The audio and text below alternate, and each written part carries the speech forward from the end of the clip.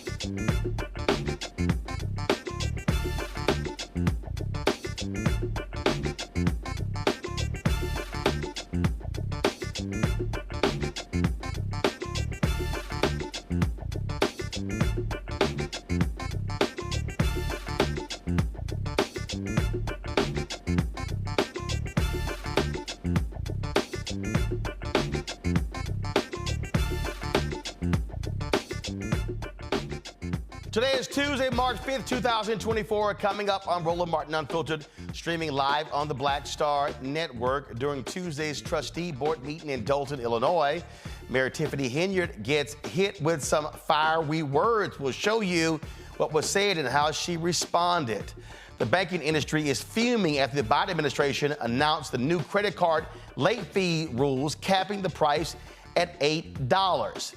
A new study says cyberbullying in the form of online racial discrimination is an issue that can lead to PTSD symptoms in Black youth, which causes suicide. Plus, Kellogg CEO suggested that low-income families eat cereal for breakfast and also dinner to save money, and said, you know what? It's good for us that they're having tough times. Yeah, he actually said that. And also, the White House and Democrats should be full-throated embracing Vice President Kamala Harris's remarks regarding the ceasefire she delivered in Selma on Sunday. I'll explain why. It's time to bring the funk on Roland Martin Unfiltered on the Black Star Network. Let's go. He's got it. Whatever the miss, he's on it. Whatever it is, he's got the scoop, the fact, the find. And when it breaks, he's right on time and it's rolling. Best believe he's knowing. Putting it down from sports to news to politics. With entertainment just for kicks, he's rolling. It's on go, y'all. It's Roland Martin, yeah. Rolling with Roland now.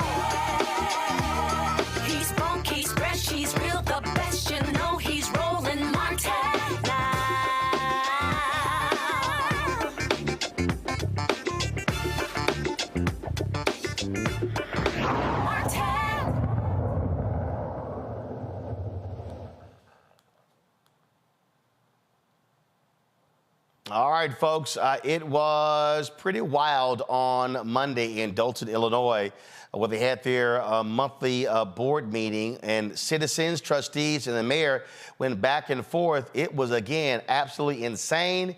Here's some of what happened. I want to start off by saying self-accountability is a bad thing in this administration. The mayor can blame everybody for what's going on, but she has to look at herself. Nobody told her to get on TV and lie like that. Blatant lies. Did you spend this on a credit card? No, sir. I don't know where they got that from. That's unexcusable. These are easily verifiable lies. That's unacceptable. That immediate attention didn't kick up until them lies came out on WGN. Nobody was really paying attention for checking for Dolton like that until then. Also, the financial reports. Who's the finance chair? Stan Brown. Does Stan know anything about the finances? Can he answer any questions? The trustees don't have the credit card receipts. The mayor's village reports and financial reports. Does Stan have it? Because the rest of the trustees don't have it. And she's going to say everybody's lying. They do have it. The attorney general is asking for credit card receipts. I guess the attorney general is lying too. So this is where we're at in the village. It's self-accountability, and the mayor can blame everybody. I know she wants to say I'm a black woman, and it's because I'm a woman. You know how many women that she's affecting? Look at what she did to Dr. Scott down the street. She won't even let her open up. Look how she talks to the other black women up here. These are all single mothers, just like her. Look how she talks to them. Look how she talks to the clerk who's old enough to be her mother. Look how disrespectful she is. If y'all can't see that, a lot of y'all do see that. I just don't refuse to see it. She's so disrespectful. And she told Brittany, don't say nothing else. I don't want to hear from you no more. How do you talk to an adult like that who's elected? Everybody that works for her know how disrespectful she is. So department heads, be careful. Like Chief lied last time and got caught out. The cars were about to get repoed. Oh, that's handled, Trustee House, when it clearly wasn't handled. So when you be careful, there's life after this girl, and you have to move on. And if you're on camera lying for her because she told you to lie, believe me, it's all recorded. Everything's recorded. And be careful not to lie on something that can easily be proven that you lied. The chief said it was handled. It wasn't handled. They almost repossessed the cars. That's unacceptable. Unacceptable. So trustees, residents, keep watching the Dolton Trustee YouTube page. We're going to keep putting this madness out here because it got to stop. It got to stop. And again, nobody was checking for this until the mayor got on TV and lied right to the camera. Smooth, without a bite in the eye. That is dangerous when you can lie like that easily. Or stuff that you know can be verified is true. So thank y'all so much. Trustees, keep fighting. Keep holding this administration accountable. Keep fighting for transparency. And don't let her bankrupt this town and then blame it on y'all. I'm Valerie Stubbs, former trustee for the Village of Dolton, 23-year resident, been in politics all my adult life. I'm 65 and I've been in politics ever since I was 18. It was a statement made by Keith Freeman that the Village of Trustees would not vote on to take a bond out for Homewood disposable. Well, for $1.4 million. Correct me if I'm wrong. The residents pay over $2 million every year for Homewood disposable that's included in their water bill. So I wanted to know why in the world would you want to take out a bond that the residents have to pay along with the interest, notwithstanding after you pay the $1.4 million, you have $600,000 to the good. It was also stated, and that gentleman said it best, that Mr. Keith Freeman, if you can't take care of the business of your own house and pay your bills, and this is public information, and you have to file bankruptcy, and you do not include both of your salaries, the one from Thornton Township, I don't know what your position there is because I have FOIA and my FOIAs don't get answered. And also the village administrator.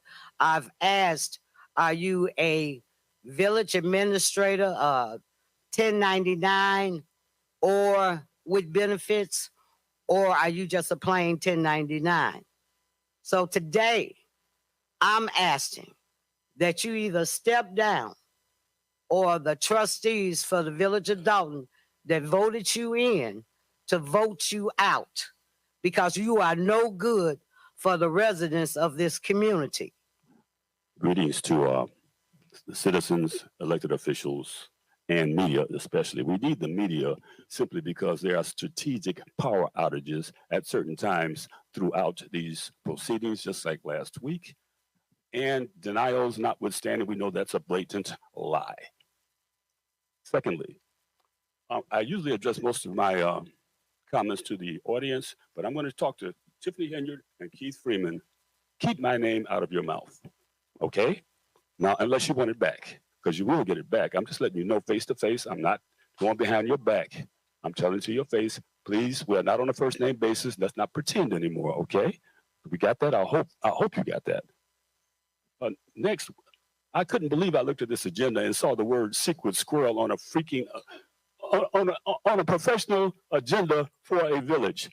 If you look on that first page, she has secret squirrel meeting on there. You know what made that necessary? 11 council meetings. There have been 11 meetings like this that have been canceled where the trustees get to get their agenda items on the agenda, and they have been unilaterally canceled by this secret squirrel administration because squirrels hide stuff. They bury stuff in the wintertime and hide that dirt. This is what is happening right now.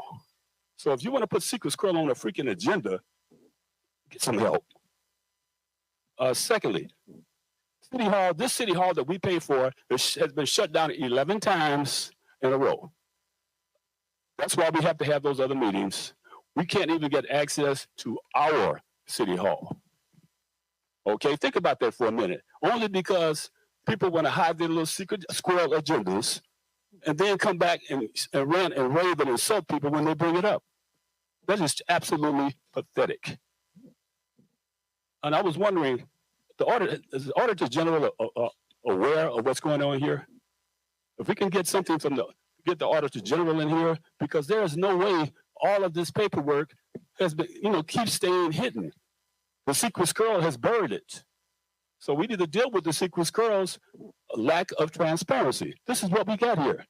So we can sit up here and pretend this is an official proceeding, but there's another official proceeding that's supposed to happen every third week in the month, and it hasn't happened 11 times straight, and that is obviously intentional. So enough is enough, okay? If you're not going to be professional about it, you need to step down and leave us the hell alone. All right, folks, again, it was a lot of drama at the Dolton City Council meeting. Now, let me know if y'all have the video, because the mayor was also going off on people. You had the city clerk okay, let's roll it. First and foremost, I want to say thank you to the residents of Dolton for keeping me in your prayers. Thank you for loving on me, sending me uplifting messages. I do need that. As you can see, our village, our community, myself, we are under attack. It's a shame that people can come to meetings and just tell one-sided stories and not get the entire side of both stories.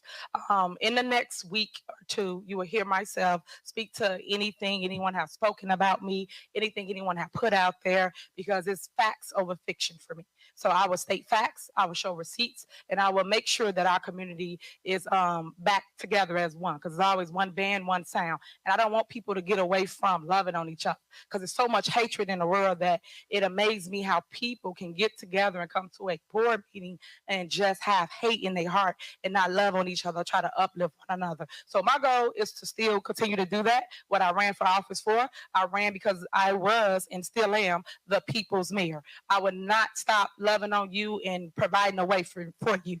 I wish that people will put facts out there, such as the money that we win and we got awarded. We don't have it. It's coming down the pipeline now for our community. All the programs that we create, all the housing issues that's in our community that we are standing in the fire for. I also want people to know that we help pay your light bill, gas bill, water bill. We even help you bury loved ones. We even did a mortgage and rental assistance, which was really, really dope. A lot of people came out to get assistance. These are things that people don't tell you that we do.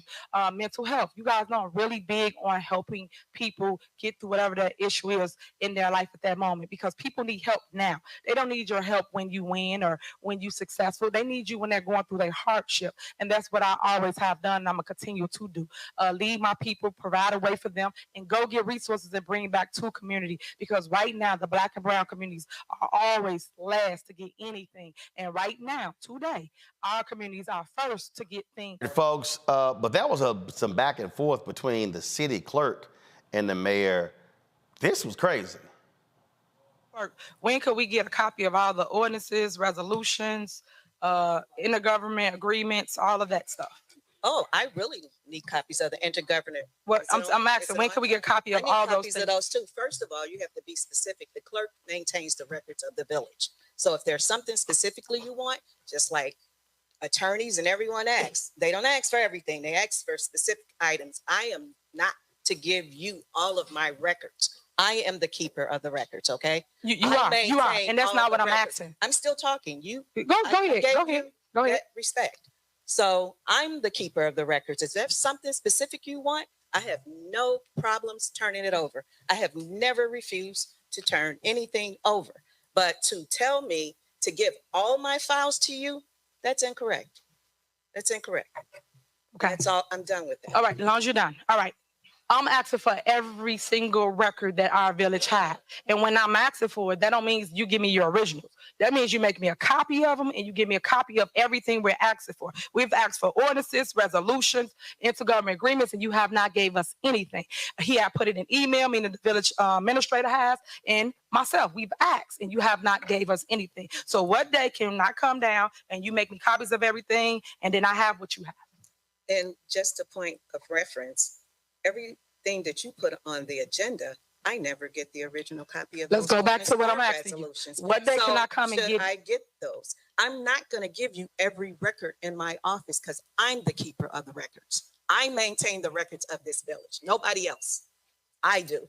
So if you want something specific, you can ask me for it, but you do not get all of my records. And I'm done with this conversation. Okay, clerk.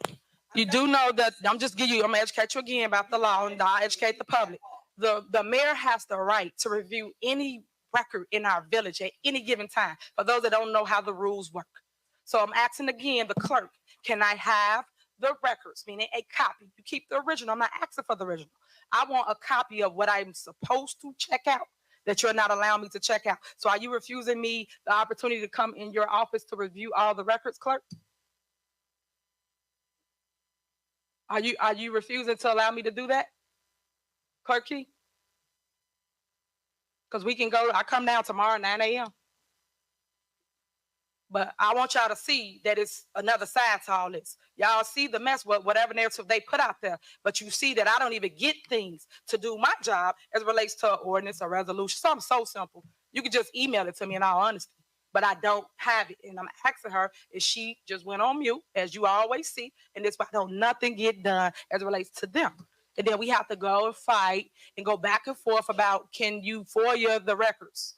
Why would I FOIA something that I'm entitled to get as a mayor? As a mayor, that's my job, for those that don't know that. But okay, she ain't got nothing else to say. Moving on, village administrative report. My pound, Dr. Mustafa Santiago Ali, former senior advisor for environmental justice at the EPA out of D.C., Joe Richardson, civil rights attorney out of L.A., and Gavin Reynolds, contributor of The Root, and former speechwriter for Vice President Kamala Harris, joining us from New Haven, Connecticut.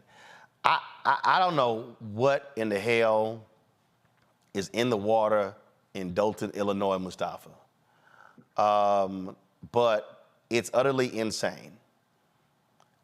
I've covered crazy councils, and I dare say what we're seeing in Dolton, Illinois is one of the most childish, petty, ridiculous relationships ever. And there are some critical questions. There's some questions that I've asked the mayor when I asked about her foundation that they did not fully answer. You've got individuals with full-time jobs in the city of Dolton who also have full-time jobs with Thornton Township, and I'm confused because it's the same working hours. And so if you're the mayor, how do you have people working for you in the city of Dolton who also works for you in Thornton Township and they're full-time jobs? And this whole back and forth over records and all that sort of stuff like that, I mean, it's crazy. I don't know if Iyanla Van Zant is available to go talk to these folks.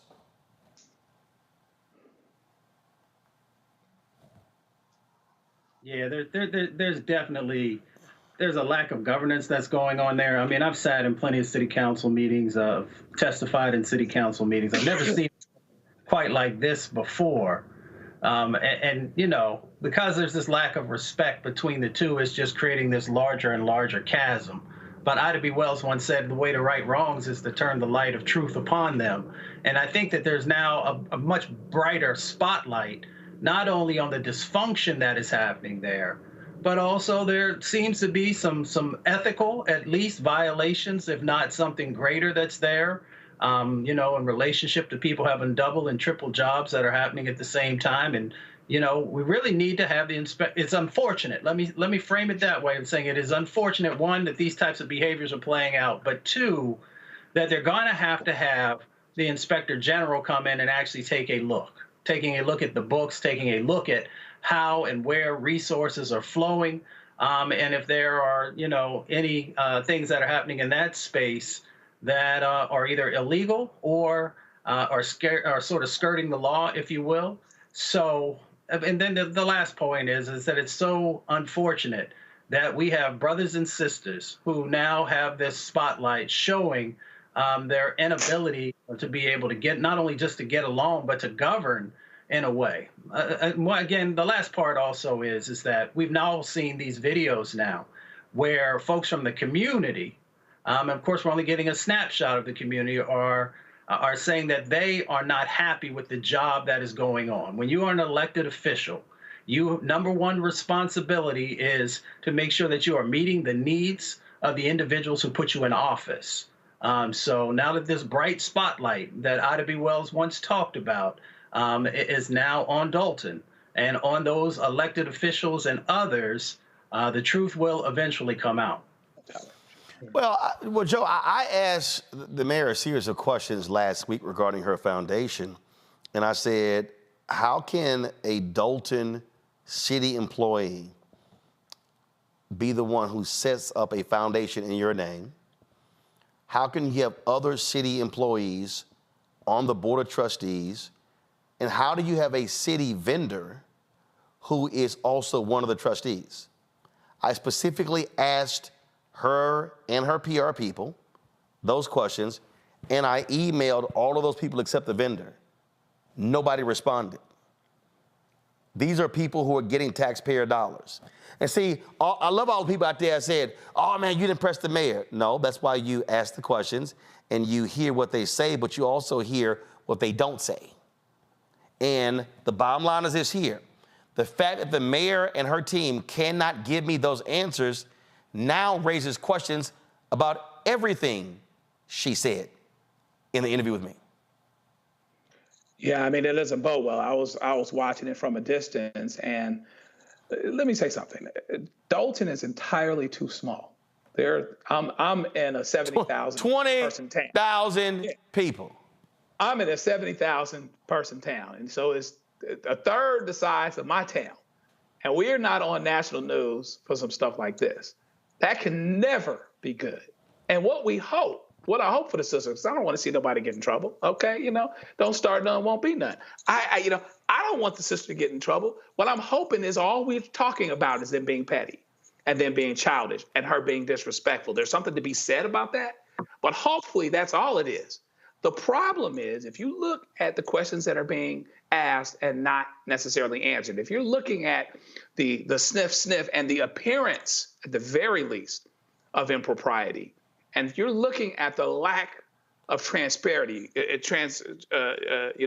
being transparent, and she starts everything that she's saying with everything she does well for the community. So it's like, hey, we did this, this, and this, so it's okay if I don't let you know what I'm doing. If it's okay if I'm less than transparent, or in a worst case scenario, for those that believe that way, and she hasn't been convicted of anything, it's okay that I steal. And she is drawing entirely too much heat for what's going on there. And I'm gonna tell you this right now. If she doesn't give up the ghost with those citizens, somebody gonna come in and get the information one way or the other, okay? Whether it's the inspector general, whether it's the state attorney general, or whether it's the federal government. Somebody is going to get this information, and maybe she is staking her place in the ground where she basically comes off like a Robin Hood that people are going to support no matter what. Well, that's not necessarily going to help her. On the other hand, you've got other folks, maybe like the city clerk, for instance, that are staking their place in the ground, saying at some point, this woman's going to fall, and it's going to be about who's on her side in perception and who's not, okay? So it might be hot in here, but I'm not going to get burned because I'm going to continue trying to do the right thing and create a record for every impropriety, for everything that it is that I am doing. It's always tough when you talk in generalities and not in specifics, and she talks a lot in generalities. She does detract some, go to some other things, but at some point and someday, she's not going to be able to do that anymore. Gavin, to Joe's point, I mean, it's 20,000 people. It's way too much damn drama for this little bitty town.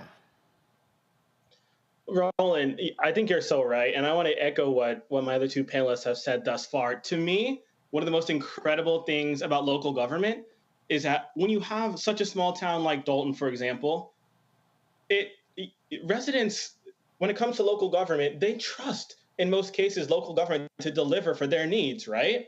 Because, you're not dealing with a massive bureaucracy at the state level, at the federal level. You're dealing with, with your mayor, who you might see in the grocery store line. You're dealing with your city councilors, who you might see on the sidelines of a little league game, and typically that gives trust on the part of the American people to their local elected officials. And what we see time and time again is that as trust in the federal government and state government continues to decline, which level is it that Americans tend to trust the most? It's local government.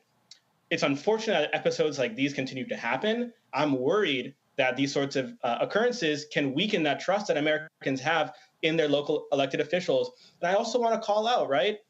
You have young people, future leaders who are watching episodes like these transpire. And I think it's just really important, and I hope this serves as a reminder to elected officials at every level across the country. Young people are watching, and if we want to make sure that our next generation of leaders are going to be continuing to move our country in the right direction, it's imperative that our leaders set good examples. And so I just hope that this situation gets resolved soon, and that we can also uplift some really great examples, right, of local government working and delivering for their constituents. All right, folks. We're going to keep talking about what happens there because, again, people deserve answers. And at the end of the day, it shouldn't be this amount of drama in this small town. They got more drama in Dolton than they got in Chicago. That's how crazy this is. All right, when we come back, Vice President Kamala Harris, when she was in Selma on Sunday, she talked about the need for a ceasefire. Folks, this has played very well for the White House, and they and Democrats should be championing this because it could save Biden's presidency. We'll discuss that next right here on Roland Martin Unfiltered on the Black Star Network.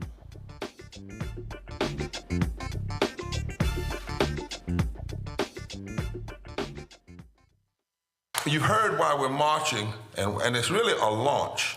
It's not even a march. We're launching. That's right. A 42-week campaign. March the 2nd at 10 o'clock in Raleigh and 33 other state capitals and the District of Columbia. This is a historic move to mobilize the most powerful untapped block of voters in this country, poor and low wealth voters, who make up 87 million votes. And it's never been tried before. Never been tried before in history. At the same time, same message, same focus.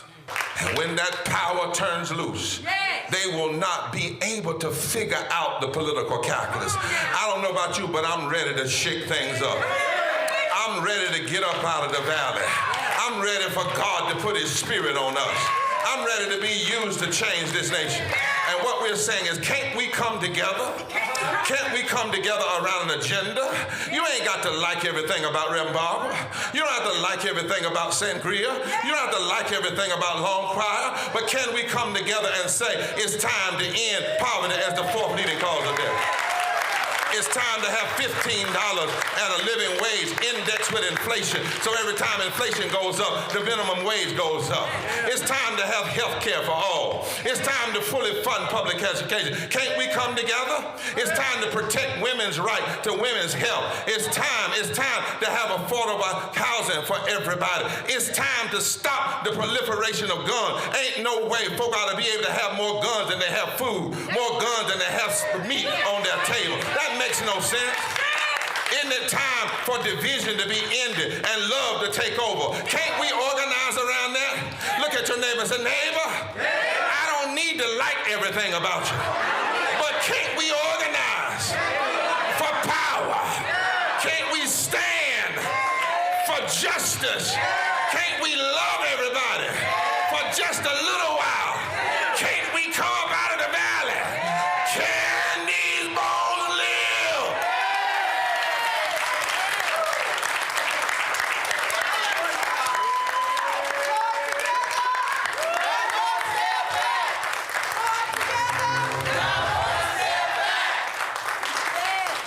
What's up, everybody? It's your girl, Latasha from the A. And you're watching Roland Martin Unfiltered.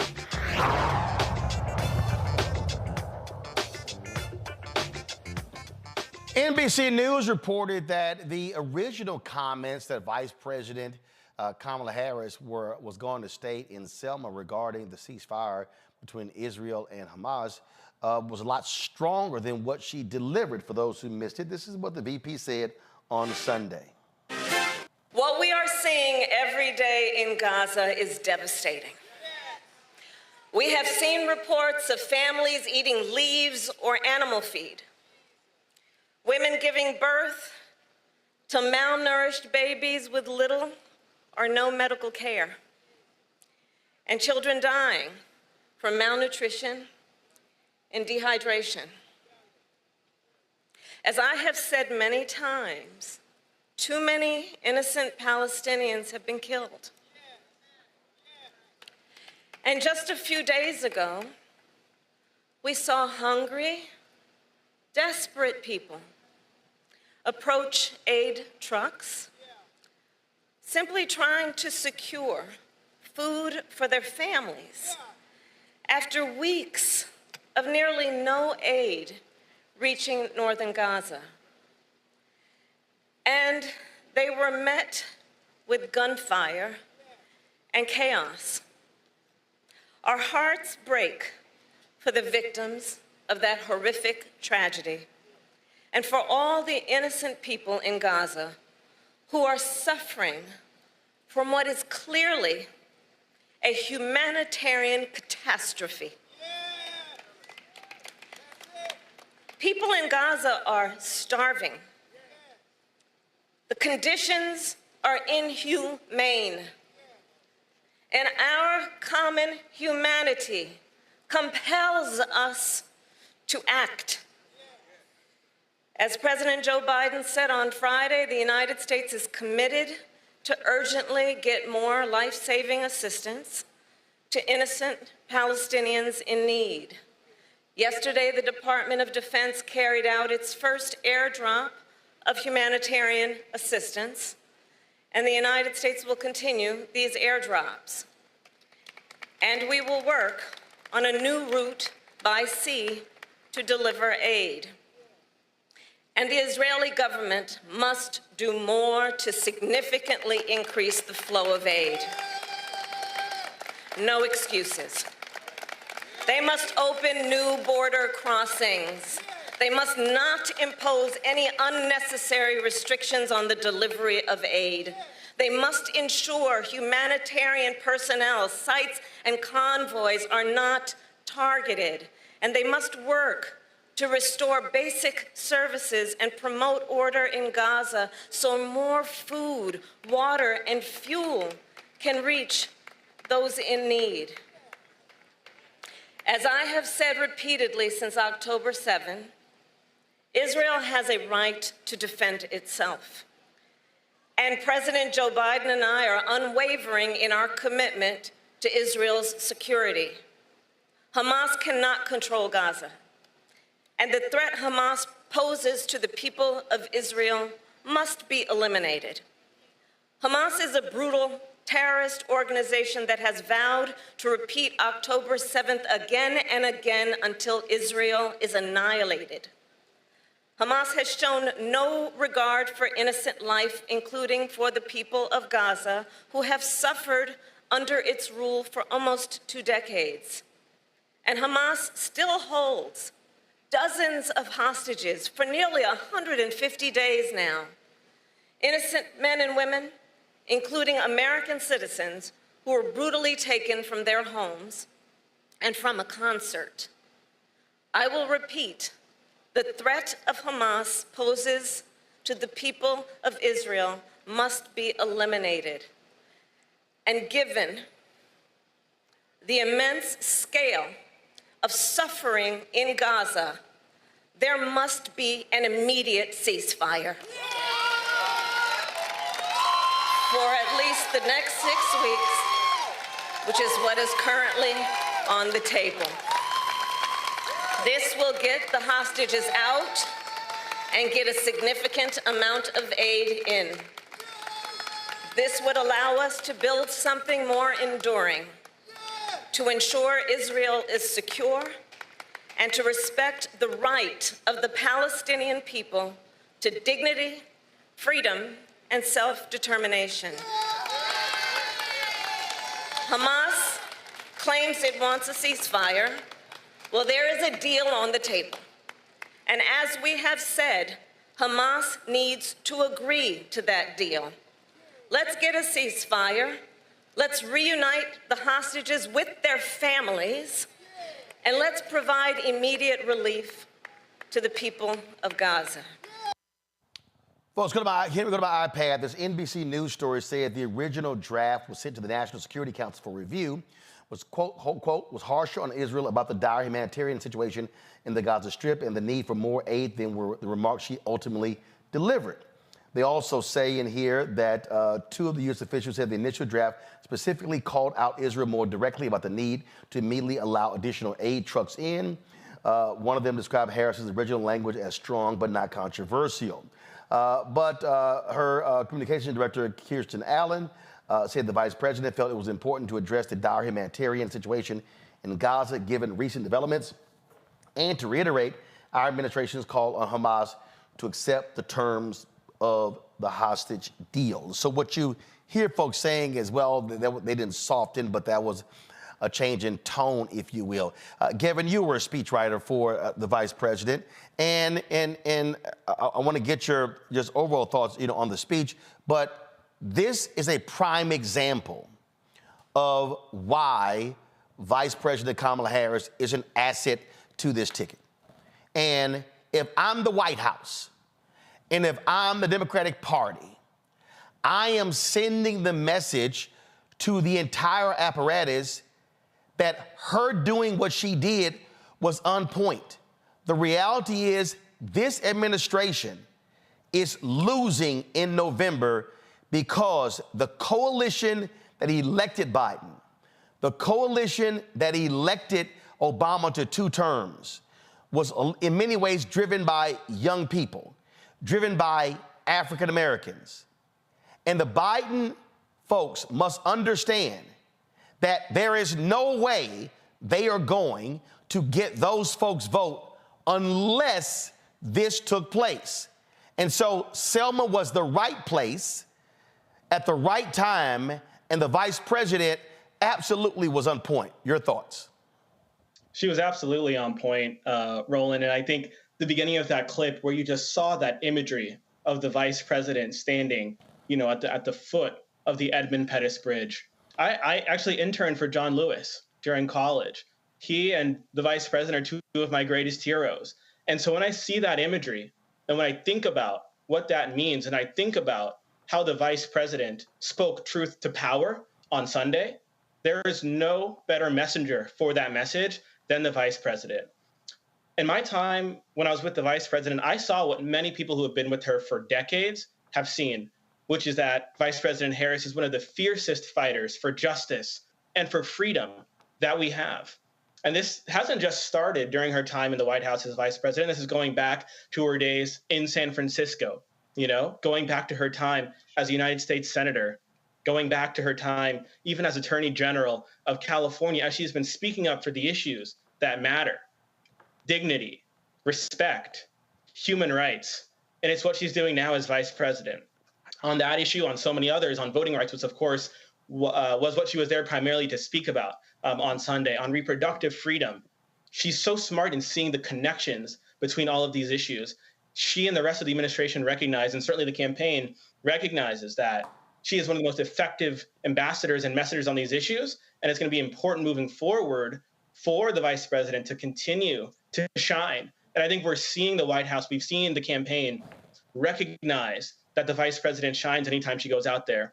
And so I was just so moved when I first got the notification that the vice president had made the call that she made in that speech, and to think about and to watch and to listen, to hear and to see that moment unfold.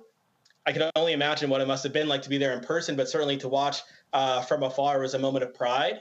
And I think it's also, the last thing I'll say, I think it's also a reminder of just how strong the vice president is on issues that we don't typically associate with the vice president, like national security and foreign policy. This vice president has been traveling the world, like I said, speaking up for issues of democracy, of human rights, was in Munich recently for the Munich Security Conference, and continues to call out injustices that she sees happening not just here in the United States, but all around the world. And I do think that, as you said, that this will continue to galvanize a Democratic base, including young voters and young voters of color. Mustafa, look, it got a very positive response on social media. If you watch television newscasts, if you looked at, heard radio broadcasts as well.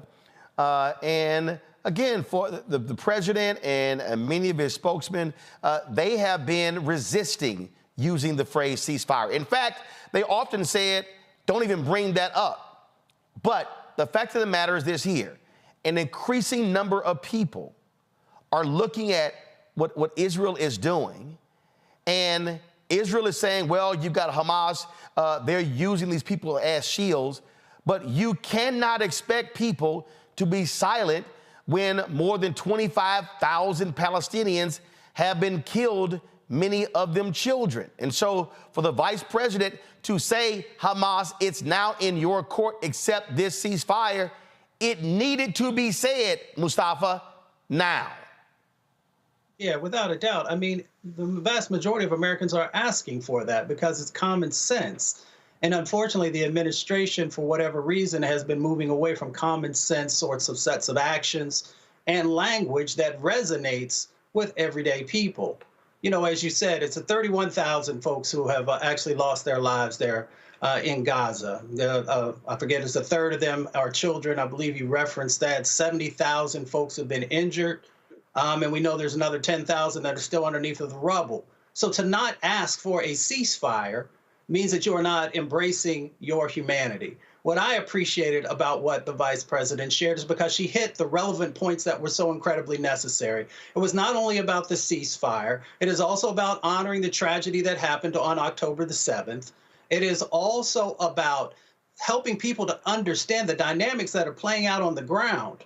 Right? People don't have anything to eat. And she laid out in very vivid sorts of imagery what folks are going through. Folks don't have access to water, clean water.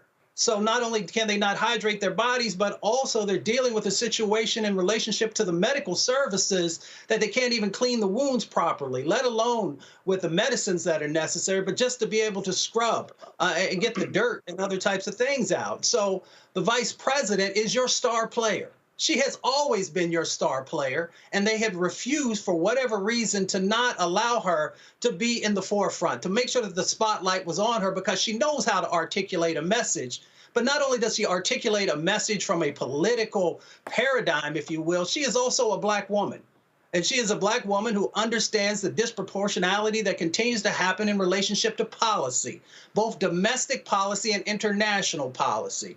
And how we have to navigate it in a very smart way, but we have to bring it forward for individuals, that we are talking about people's lives.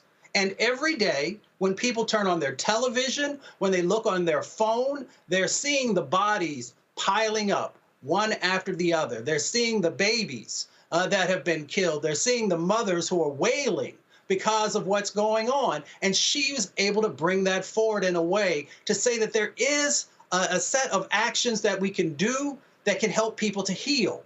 Because that is really what her message is about. It's about how do we heal in this moment? How do we make sure that we're moving forward in a just format to make sure that both Israel has some of the things that they need, they can have a state, but also the Palestinians deserve to have a state.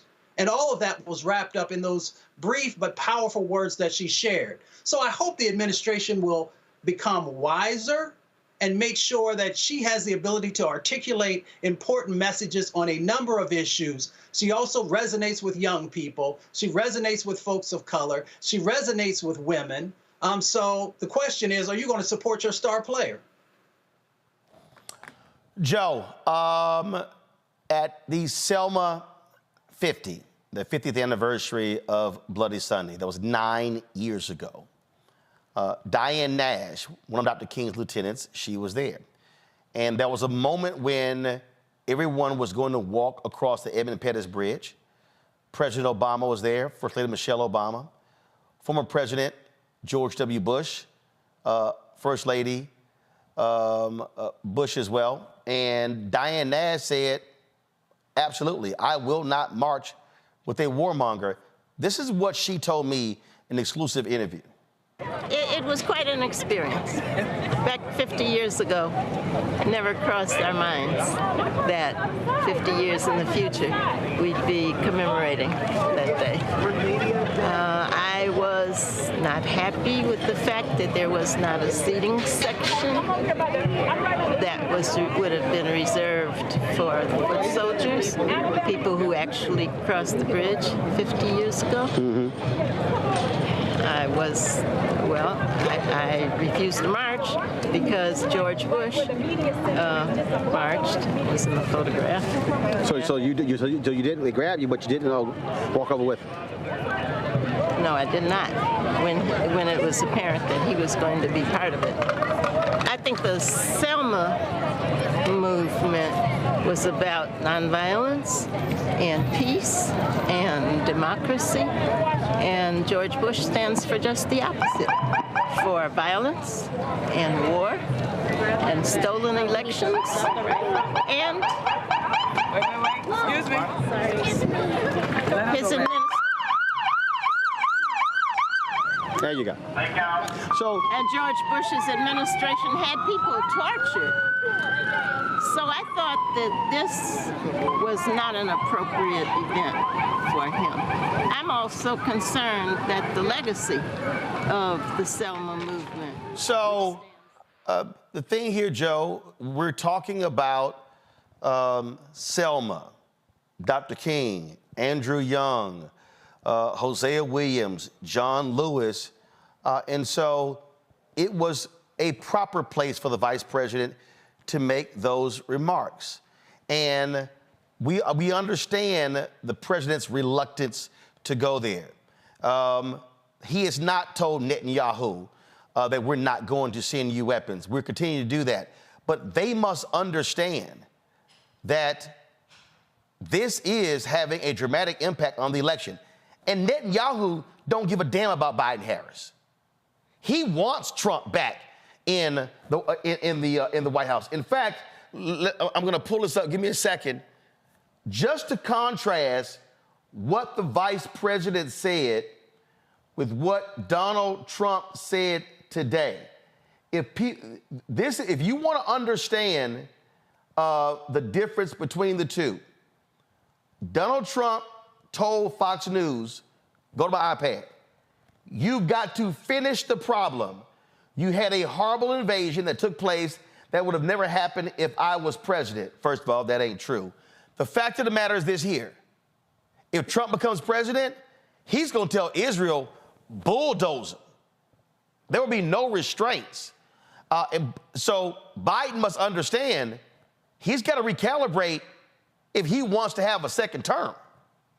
And the vice president's comments were helpful for people to go, finally, the administration is listening to us and paying attention to our feelings as voters.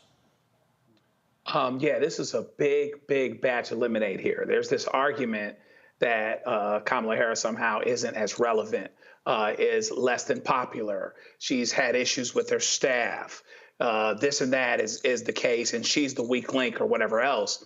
But meanwhile, back at the ranch, Joe Biden, who, if our memories aren't as short, as they shouldn't be, never ran a good campaign. The 3 times he ran for president and didn't start winning primaries at all until Brother Clyburn and those of us that are my age around and further decided that the Bernie situation was over and we squashed it. I think he was the right president for now and for this time, and he's done some good things. But he didn't win without Kamala Harris 4 years ago. He's not going to win without her now. So when I talk about making the batch eliminate, what I'm saying is that she's perceptively less than popular to some, all right? Why not have her speak from her heart and speak to people that Joe Biden right now is losing? People, my daughter's generation, they're wondering out loud about Joe Biden. And keep it all the way real, they wondered out loud about Barack Obama. Kids are kids, young folks are young folks, but they do have a lot of common sense. And 2 + 2 often equals 4 for them. And they want things to be a lot less complicated than they actually are. Is the Israeli-Palestinian question a complicated one? There's no doubt about it. But it should not be complicated or controversial when we talk about a humanitarian catastrophe. And that is what we have, okay? And so for her to be able to speak with that, to speak to it directly in a way that right now Biden's not speaking to. Right. I'm certain they talked about it ahead of time, but for her to do it in a way Biden's not speaking to help with the Muslims that he'll lose in Michigan and therefore lose Michigan, the Muslims that he'll lose in Minnesota and therefore potentially lose Minnesota, the young people that he may not connect with just because of his age, even though we think there's an answer to all those questions. This was all more than necessary, but there's absolutely a political calculus. And the last note that I'll make is that the sister's comments from before, from Selma from 9 years ago, remind you of how George W. Bush is the biggest beneficiary of the Trump phenomenon. 20 years ago, we were saying he stole an election. 20 years ago, we were calling him a warmonger and him somebody that was less than competent and didn't have it all together. Meanwhile, back at the ranch, fast forward, he's at John Lewis's funeral. He's doing all of the stuff that you would never have seen him do 20 to 25 years ago. But for those of us that don't have short memories, what she is saying to us resonates. And we're going to make sure of that, because if we aren't sure of that, Joe Biden's going to have a problem in November. And here was the president today being asked about a ceasefire. Listen.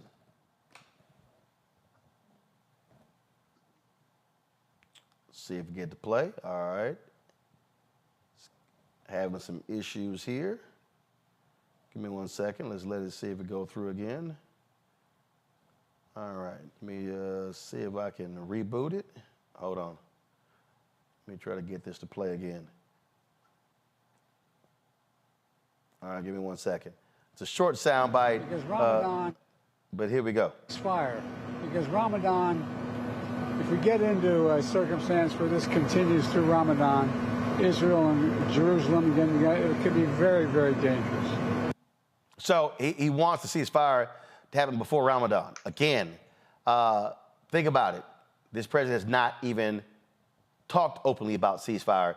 And so that's what the vice president did on Sunday, was critically important. All right, gentlemen, hold tight 1 second to go to break. We come back more on Roland Martin Unfiltered of the Black Star Network. Be sure to support us in what we do. Join our Brina Funk fan club. Send your check and money order to P.O. Box 57196, Washington, D.C., 20037-0196. Cash App, $RM Unfiltered, PayPal, R Martin Unfiltered, Venmo's RM Unfiltered, Zelle, Roland at RolandSMartin.com, Roland at RolandMartinUnfiltered.com. We'll be right back.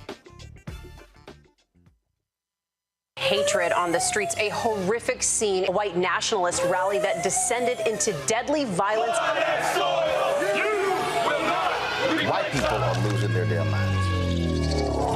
As an angry pro-Trump mob storms the U.S. Capitol, We're about to see the rise of what I call white minority resistance. We have seen white folks in this country who simply cannot tolerate black folks voting. I think what we're seeing is the inevitable result of violent denial. This is part of American history. Every time that people of color have made progress, whether real or symbolic, there has been what Carol Anderson at Emory University calls white rage as a backlash. This is the rise of the Proud Boys and the Boogaloo Boys. America, there's going to be more of this. Here's all the Proud Boys, Dave. This country is getting increasingly racist in its behaviors and its attitudes because of the fear of white people. The fear that they're taking our jobs, they're taking our resources, they're taking our women. This is white fear.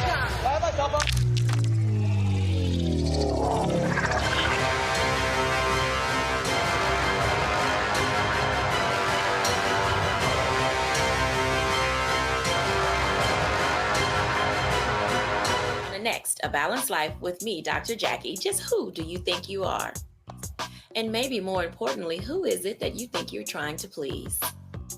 The answer to that second question is really wrapped up in the first. Think about that. Being the true, authentic you, no matter the circumstance. But we learn the art of forgiveness, not only of forgiving one another, but forgiving ourselves.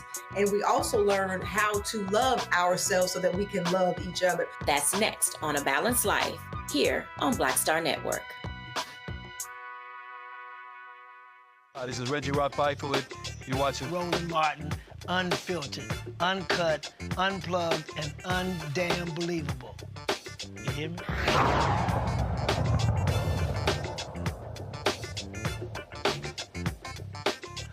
Well, Arizona Senator Kyrsten Sinema, of course, who was a Democrat, elected as a Democrat, then became an independent, announced today she's not running for re-election. She dropped this announcement on social media. We delivered tangible results that make America safer, stronger, and more prosperous. Yet, despite modernizing our infrastructure, ensuring clean water, delivering good jobs and safer communities, Americans still choose to retreat farther to their partisan corners. These solutions are considered failures, either because they're too much or not nearly enough. It's all or nothing. The outcome, less important than beating the other guy. The only political victories that matter these days are symbolic. Attacking your opponents on cable news or social media. Compromise is a dirty word. We've arrived at that crossroad, and we chose anger and division. I believe in my approach, but it's not what America wants right now. I love Arizona, and I am so proud of what we've delivered. Because I choose civility, understanding, listening, working together to get stuff done, I will leave the Senate at the end of this year. All right, I don't need to play the rest of that, okay? So it went on and on and on. First of all, that was a bunch of crap. I mean, here's the reality, Gavin. That is, when she got there, she was a Democrat. She turned her back on her constituents. She talked about how much she loved Congressman John Lewis, but voted against the voting rights bill. And so she voted against a bill that could have impacted private equity. And bottom line is she was in the pockets of a bunch of rich donors. So how it's called good riddance. And she's going to pocket that $10 million in campaign contributions. She knew she was going to lose. She was running in third place in the polls. And so now she can convert that to a think tank or whatever the hell. But Kyrsten Sinema was never serious, and she was a thorn in the side to Democrats even though she ran as a progressive. That's not how she acted when she got there. And so, frankly, she pulled the okie doke. That's right, Roland. I'm glad you mentioned the fact that she went from being a progressive to being a centrist, because I think a lot of people will just remember the fact that she flipped from being a Democrat to an independent, but her flip-flopping and turning her back on her constituents goes back years. And so I think it's certainly the truth that no Democrat is sad to see Senator Sinema go. Time and time again, as you said, she chose corporate interests over the well-being of her constituents and over everyday, hardworking Americans. She refused to consider changes to the filibuster rule that would have allowed the Democrats to go even further on delivering, additional historic legislation to support, again, everyday Americans. But I think what we need to focus on right now is the fact that now that she's out of the way, we have to put all of our resources behind Ruben Gallego, currently a congressman running for that Senate seat. If Kari Lake, an election denier, and I could go on and on and on, gets elected, that will only help the Republicans retake the Senate majority, and we cannot let that happen. So as we say good riddance to Senator Sinema, we have to make sure we do all that we can to get Senator, or currently Congressman, Gallego, make sure he becomes Senator Gallego from Arizona. See, here's the problem that I have, Mustafa. Black people helped elect Richard Shelby, United States Senator from Alabama, riding on the coattails of Reverend Jackson in the 84 and 88 campaigns. Gets in, and he goes from Democrat to Republican. I have a problem when you are elected based upon a set of values, principles, and issues. And then when you get in, you decide to flip. I think if you want to flip from a Democrat to an independent, or a Democrat to a Republican, or even a Republican to Democrat, resign your seat and then run as that. But what she did was frankly not what the voters sent her for. They sent her to advance their progressive interest. She chose to flip and change. Yeah, without a doubt. She bamboozled the folks in Arizona. It's very clear. She shared a narrative that a lot of people could get behind. When she was first running, she talked about being unhoused. And many people can understand how that is a real possibility for a lot of folks inside of our country, so they could see themselves reflected in some of the things that she talked about. But then when she got there, she did nothing to help lower wealth communities in any significant way. She fought against the Fight for 15. She also was a huge impediment, because I worked on both the Inflation Reduction Act and the Bipartisan Infrastructure Act, actually weakened those so that many of the dollars and additional benefits that could have gone to our most vulnerable, that shrank considerably.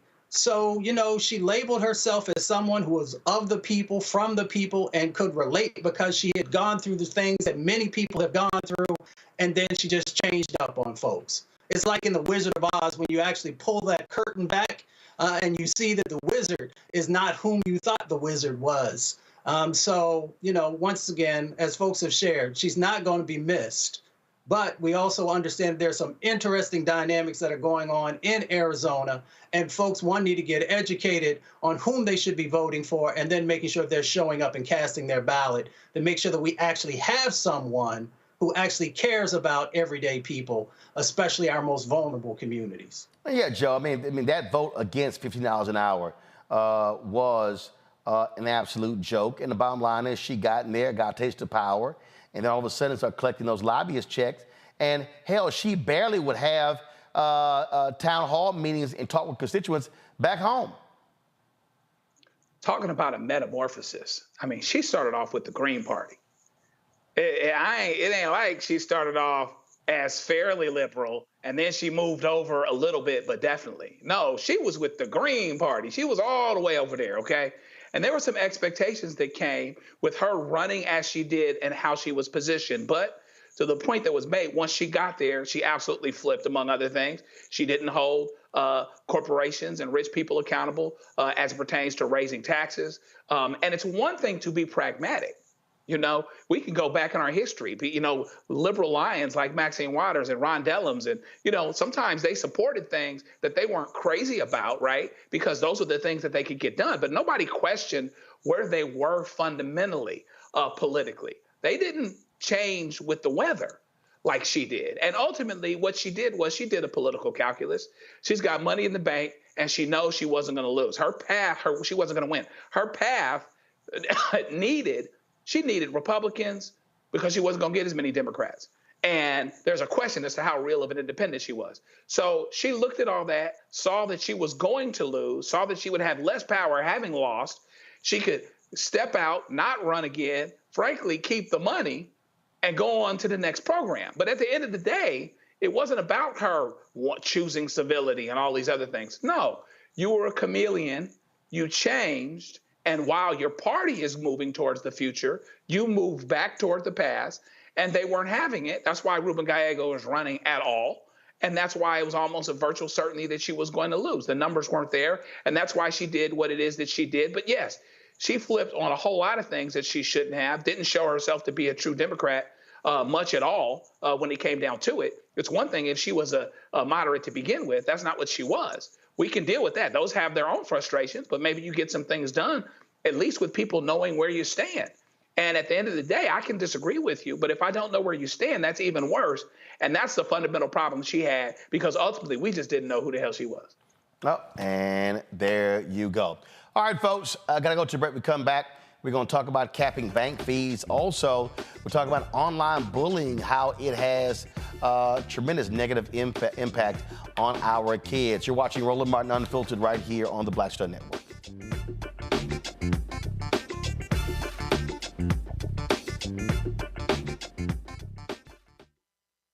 You heard why we're marching, and it's really a launch. It's not even a march. We're launching. That's right. A 42-week campaign. March the 2nd at 10 o'clock in Raleigh and 33 other state capitals and the District of Columbia.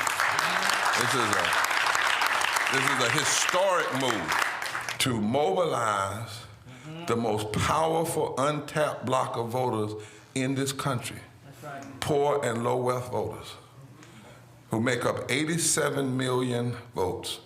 And it's never been tried before. Never been tried before in history. At the same time, same message, same focus.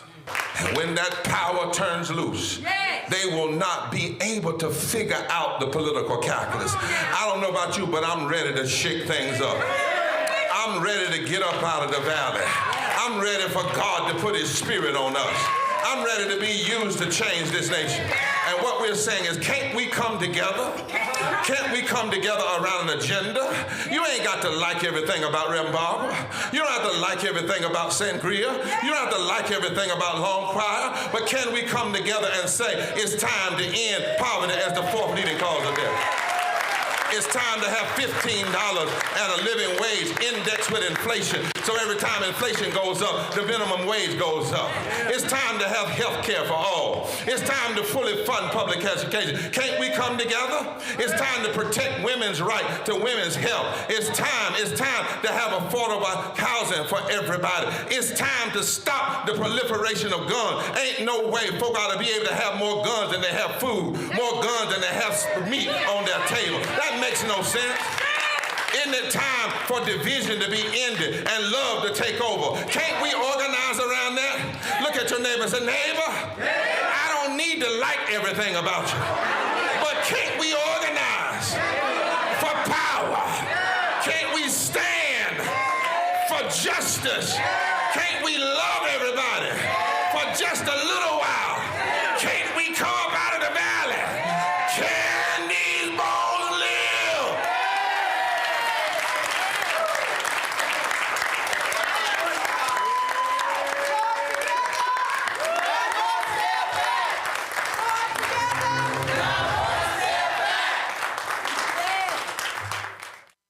Hey, yo, what's up? It's Mr. Dalvin right here. What's up? This is KC. Sitting here representing the Jodeci. That's Jodeci. Right here on Roland Martin Unfiltered.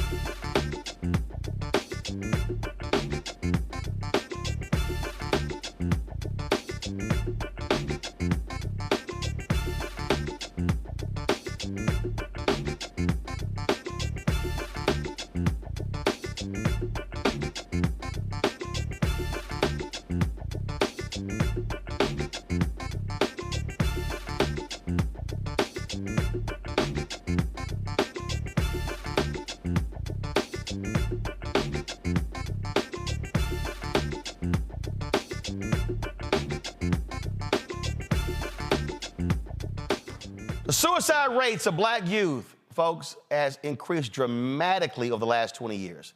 A 2023 Johns Hopkins Bloomberg School of Public Health report revealed that from 2007 to 2020, the suicide rate in black children between the ages of 10 and 17 increased by 144%. One of the contributing factors, according to a study published in the journal JAMA Psychiatry, is that black children and teens who experience racial discrimination online may develop symptoms related to post-traumatic stress disorder. The researchers found a link between those PTSD symptoms to suicidal thoughts. Joining us now is Dr. Brendisha Tynes, a professor of education and psychology at the University of Southern California, and Dr. Ashley Maxey Mormon, a clinical psychologist at Children's National Hospital and an assistant professor at George Washington University. Glad to have both of you on the show. Dr. Tynes, I'll start with you. You have these folks out here, largely white Americans. Oh, this racism stuff is overblown. These things are long behind us. No, they're not. And when we would have these, we used to have a segment called Crazy Ass White People, where you had these segments where black people are just trying to barbecue, black folks trying to deliver packages, just trying to live and be black, and folks, their racism is at play, and when you're seeing that over and over and over again, it has an impact. It absolutely does, and I'm connected with kids in the community here in LA. They talk about experiences that they have daily, traumatic experiences with racism in person and online.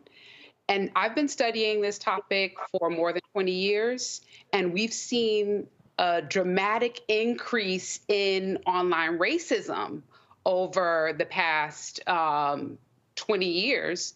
And it's consistent with the dramatic increase in suicide rates. I'm not saying that one is causing the other. I'm just saying that they're aligned. Dr. Mormon, one of the we've also seen the impact on these various videos when we show them of unarmed black folks being shot and killed by cops. And we struggle with it because we don't want to have to show it, but there's also a flip side. If we get in the habit of saying, oh, no, we're not gonna show it, what then happens is it becomes out of sight, out of mind. And when it comes to mainstream media, mainstream white media, unless it rises to a national story, they're not gonna cover it. And so we have family members who actually said to their attorneys, no, we're gonna unroll the show first because they give us a voice when these things happen. And the attorneys are thankful because they can't get white media's attention, and so then they come to us. And so that is a balancing act there. But even when it comes to those things, seeing it case after case after case impacts the psyche of black folks, especially young people. Yeah, you're so right. This particular study that we did recently, we looked at specific experiences with exposure to online racial discrimination. But Dr. Tynes and I have done a study where we have looked at exposure to these viral videos that you're talking about, and they have been linked to post-traumatic stress symptoms. And so we know that youth who are exposed to these videos might have trauma symptoms. But just as you were saying, we also know that these videos help shine a light on what's happening to Black people in the U.S. And so there's sort of a conundrum here. Do we want our kids to be viewing these videos? And so my answer to that is we can't always protect our youth from traumatic things, and especially videos like that, but we can have conversations with them about what they're watching, what this content means to them, how it's affecting them emotionally and mentally, and we can get them connected to care if need be. Dr. Tynes, I was talking with a mother of 2 teenagers the other day, and we were talking about how social media is totally different than when we grew up, and she said, listen, as a mother, I can't constantly monitor what they are seeing, reading, and hearing. And so what do parents out there do? I mean, how do they deal with this? So parents have a lot of power. They can have open lines of communication with their young person and talk through what's happening and how those experiences make them feel. They can also help them to develop what Rita Walker calls psychological fortitude. And that's, being able to think about and manage the emotions that you have. And what she says is one way we can do that is to really lean into Black culture, really lean into our history and help our kids to learn what our ancestors have gone through, that they've made it through, they've made a way out of no way, and we can too. Questions from my panel. Mustafa, you first. Yeah, well, thank you both for not only the research that you've been doing, but how you're helping so many other folks to understand some of these complicated issues. I'm one who has done a lot of work around cumulative impacts in a number of different ways. So could you walk us through, maybe we'll start with you, Dr. Tyne, around how cumulative impacts plays a role in these sets of exposures that individuals are dealing with? Yes, so we, in the research that I've done, we have looked at how over time, online racial discrimination is associated with depressive symptoms across 3 years.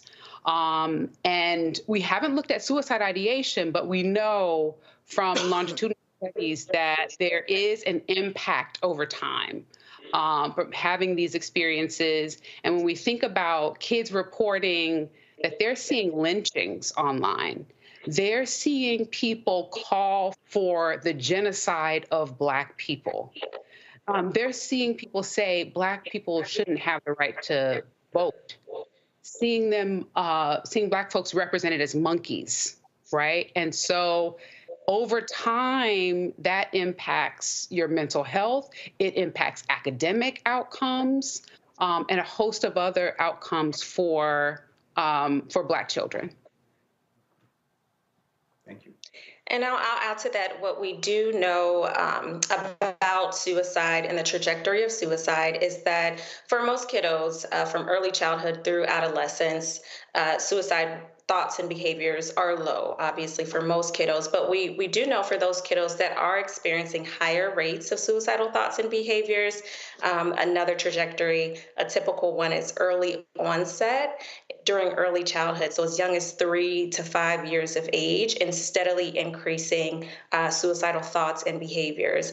And then we have another trajectory, which is our teens who might experience higher suicidal thoughts and behaviors, higher rates, but at a later age, so 11 through 14 years old. So that's something to consider too when we're thinking about compounding effects as well. Joe? Thank you, doctors, for your wonderful work. There's a couple things that I'm reminded of, and I ask you these questions for however you want to jump in. There's two things and theories that have been out there for many of us that have been around for a long time, right? Like, first of all, that Black people don't potentially commit suicide. As a matter of fact, Chris Rock years ago told a not so tasteful joke that, well, Black people don't kill themselves, they kill each other, right? And also the second part was that we are we need to act like we're not crazy and that we're only crazy if we go and get mental health treatment.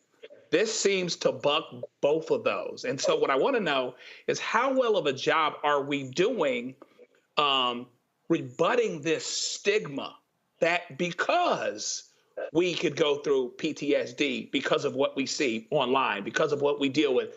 As an attorney, I can't tell you how many race-related cases I'm dealing with elementary school kids. Because we deal with all of that, how good are we doing at getting rid of this stigma that no, mental health training and mental health care is important, and it can be important and necessary from even a young age?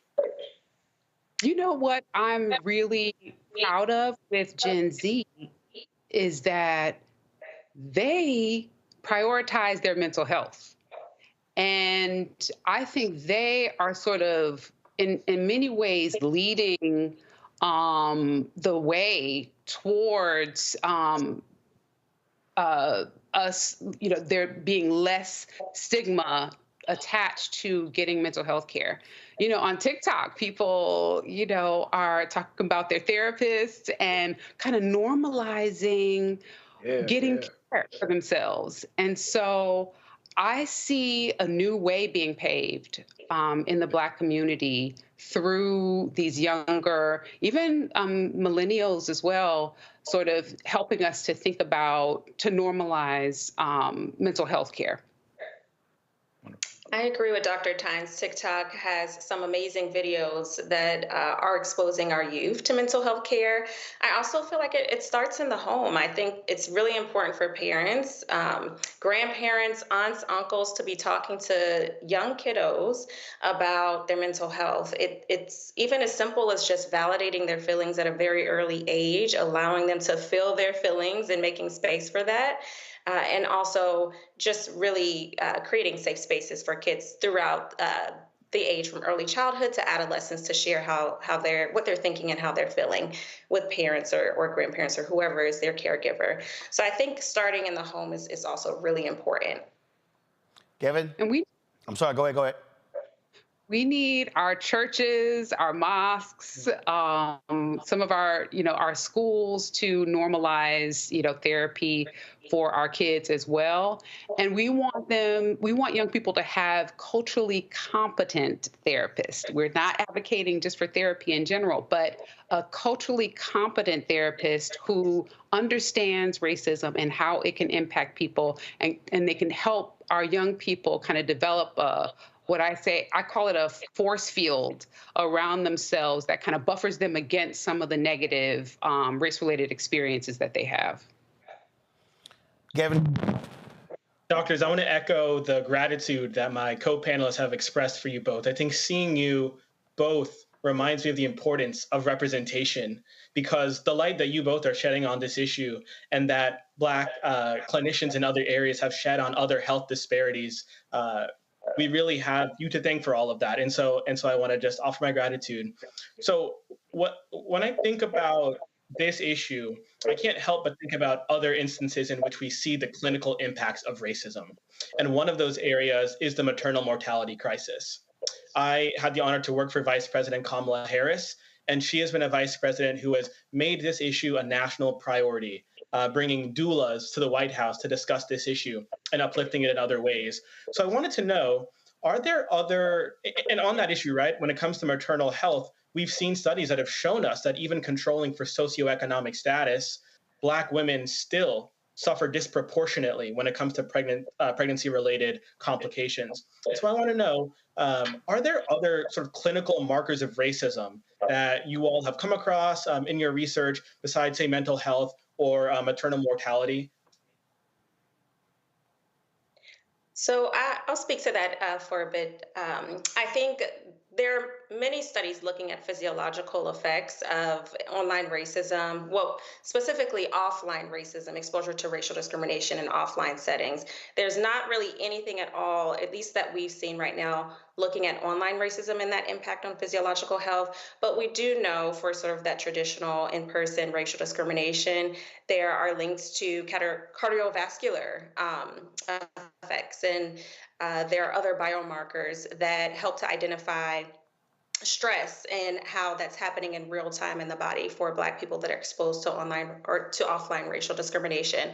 So there are a number of studies that speak to that, certainly, but not really anything on online racism yet. So that's definitely a gap area in the research. All right. If folks want more information, where can they go? What resources can they go look online to help? Dr. Tynes, you first. Yes, so they can email me directly, and that's at btynes@usc.edu. There are websites. I could give you links to them, and then they can come to your site and go directly to those sites. Dr. Moorman? As well, you all can email me at amaximore@childrensnational.org for any resources. But I know that Dr. Tynes will provide a number of resources for y'all to access. All right. We appreciate it. Thanks a lot. Thank you. All right, folks, when we come back, how arrogant is the CEO of Kellogg's who says, hey, low-income Americans having a tough time? It's great they're eating more of our cereal. He actually said it. We're going to discuss that next on Roland Martin Unfiltered on the Black Star Network. Support us in what we do. Be sure to give to our Bring the Funk fan club. Senior check and money order, P.O. Box 57196, Washington, D.C., 20037-0196. Cash App, $ RM Unfiltered. PayPal, R Martin Unfiltered. Venmo is RM Unfiltered. Zelle, Roland at RolandSMartin.com. Roland at RolandMartinUnfiltered.com. And, of course, download the Black Star Network app. Apple phone, Android phone, Apple TV, Android TV, Roku, Amazon Fire TV, Xbox One, Samsung Smart TV. Be right back.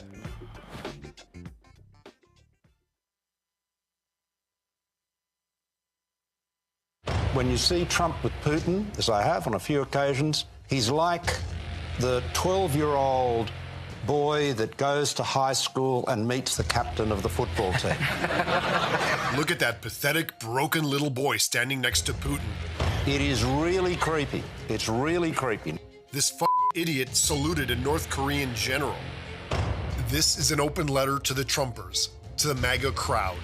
How many times does Donald Trump have to lie to you before you stop listening to him? Donald Trump stands under a banner that reads, "Promises kept," while lying to your face. But Mexico is, in fact, you will soon find out, paying for the wall, okay? We're signing a health care plan within 2 weeks. It's going to disappear. One day, it's like a miracle. It will disappear. What promises did Donald Trump keep? None. Over 70 million people voted for this clown.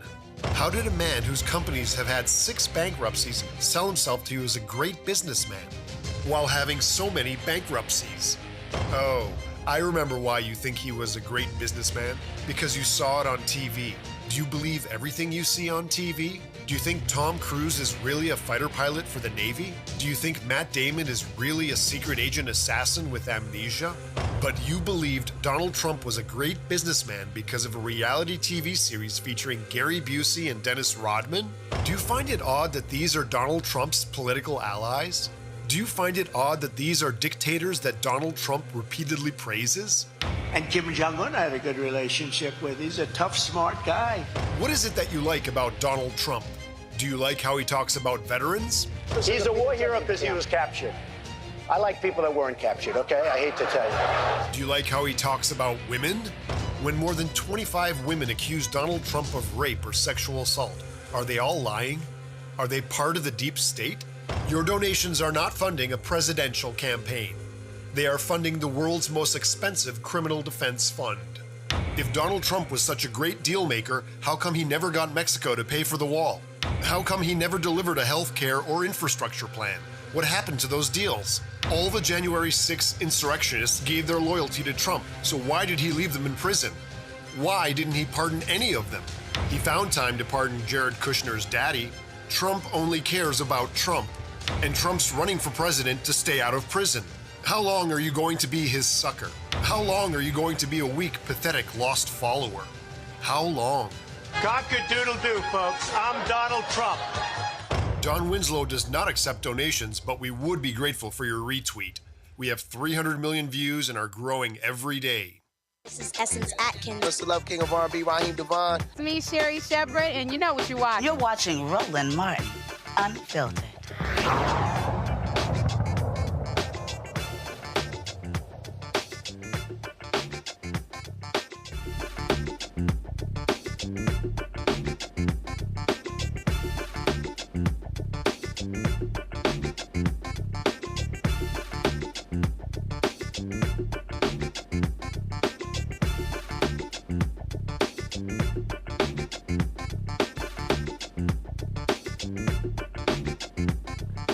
Y'all, there's a lot of arrogant ass CEOs out here, but I dare say the CEO of Kellogg, Gary Pilnick, yep, he's probably in the running for the most arrogant of the year.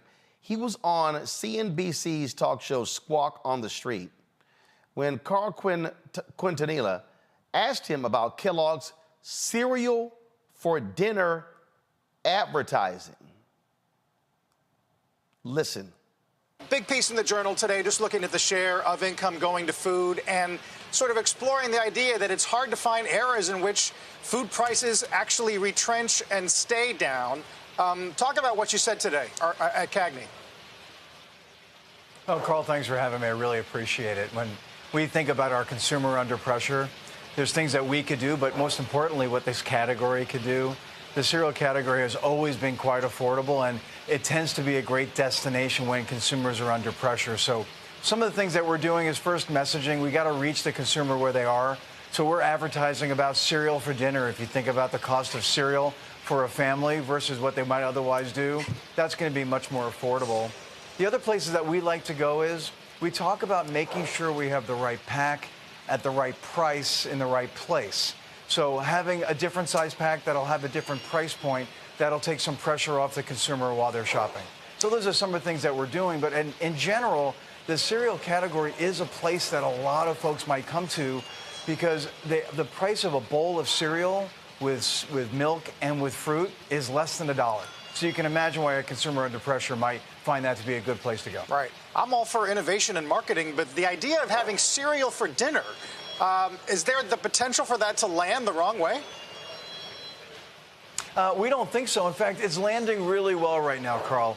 When we look at all of our data, of course, we would know that breakfast cereal is the #1 choice for in-home consumption. We understand that for breakfast. It turns out that over 25% of our consumption is outside the breakfast occasion. A lot of it's at dinner, and that occasion continues to grow, as well as the snacking occasion. But cereal for dinner is something that is probably more on trend now, and we would expect to continue as that consumer is under pressure. I have to admit, as a busy mom, I've had cereal for dinner more than once recently. So, Gary, I guess maybe your marketing is working on me. I'm wondering about some of the conversations that you've had to have with some of your bigger clients, you know, Walmart's, Target's, as they're trying to make sure that... Well, that didn't sit well with a lot of folks who felt that there was a tone-deaf campaign aimed at struggling families. Let's go to our panel. Joe, your thoughts? Yeah, I mean, you know, it's actually appalling to suggest that, hey, you know, I'm marketing this way because basically, you know, a whole lot of y'all can't do no better. So why don't you go ahead and have some Fruit Loops for dinner? Now, there are those of us that back in the day or every now and then, you know, might grab some cereal because we want to, but not because we have to, okay? Among other things, too. Even if you get past, you know, all of the rest, cereal typically, and the ones that they're particularly, you know, flinging for us, Frosted Flakes, you know, Fruit Loops, et cetera, they're pretty unhealthy. Apple Jacks, pretty unhealthy, okay?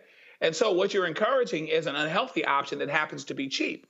And so for dinner, because people can't do any better. So here's your beacon of hope, right? And so the suggestion that undermines it is not well taken. It's not well appreciated. And it's actually tone deaf at best because this isn't the discussion that they ought to be having. You can sell plenty of cereal without making the suggestion that this ought to sell with for folks because they can't do any better. So they can do better as it pertains to that presentation, and really they should be. Gavin? Yeah, Roland, I want to echo that. It's incredibly insulting, and it's honestly yet another example of a millionaire executive out of touch with life as an everyday American. This man, the CEO, is making not one, not two, not three, but $4 million a year, including bonuses. And he has the nerve to tell hardworking Americans, everyday Americans, that they should eat cereal for dinner. And it's not just Kellogg, by the way. Recently, we saw an executive with PepsiCo talking about ways that Americans can make Doritos into side dishes. So not only is all of this insulting, but honestly, it amounts to corporate sleight of hand. It's to distract us from the fact that these CEOs are saying all of this as their companies continue to raise the prices of food, not because that food is more expensive to make, but because of greed. That's why this has been termed greedflation. President Biden himself has been talking about this issue, has been talking about shrinkflation. And I expect the president, especially this Thursday night during a State of the Union, to really lean into the power of the bully pulpit to call out this corporate greed.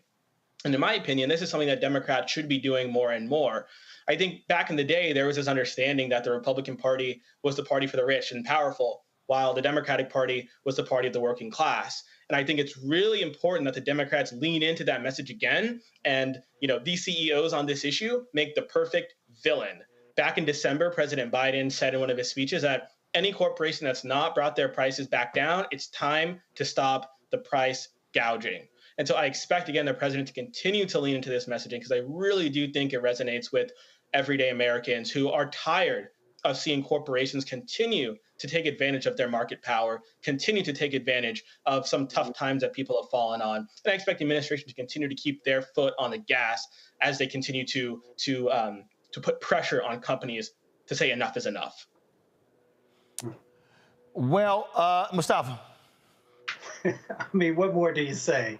I mean, Kellogg made $14 billion in revenue in 2023. I'll say it again, $14 billion in 2023.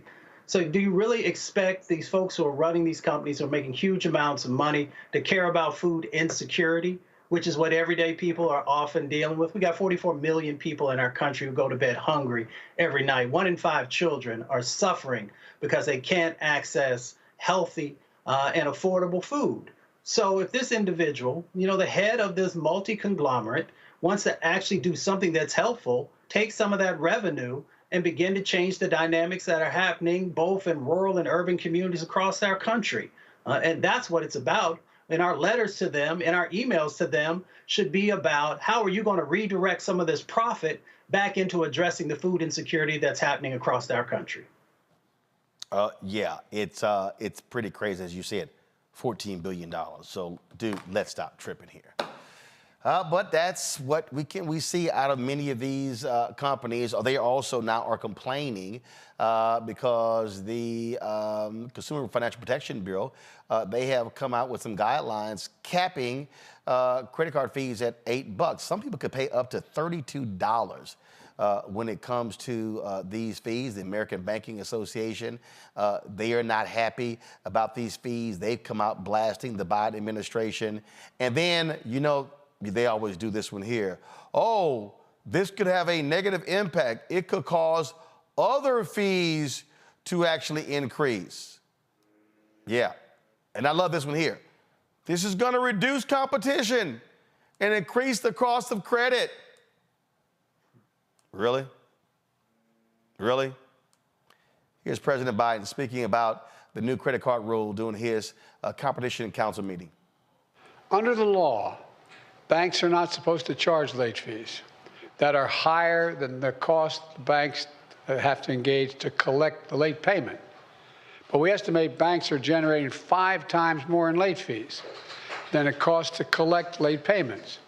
They're padding their profit margins and charging hardworking Americans more than a cumulative effort number, $14 billion in 2022. With the announcement of this new rule, late fees are now going down to $8 instead of the current average of $32 late fee payments. This action will collectively save families $10 billion in credit card late fees every year. That's the average of $220 in savings annually for more than 45 million Americans who typically have to pay late fees. It's a lot of money. And let me close with this. Fair competition is the key to my economic vision. To build an economy from the middle out and the bottom up, not the top down. And it's working.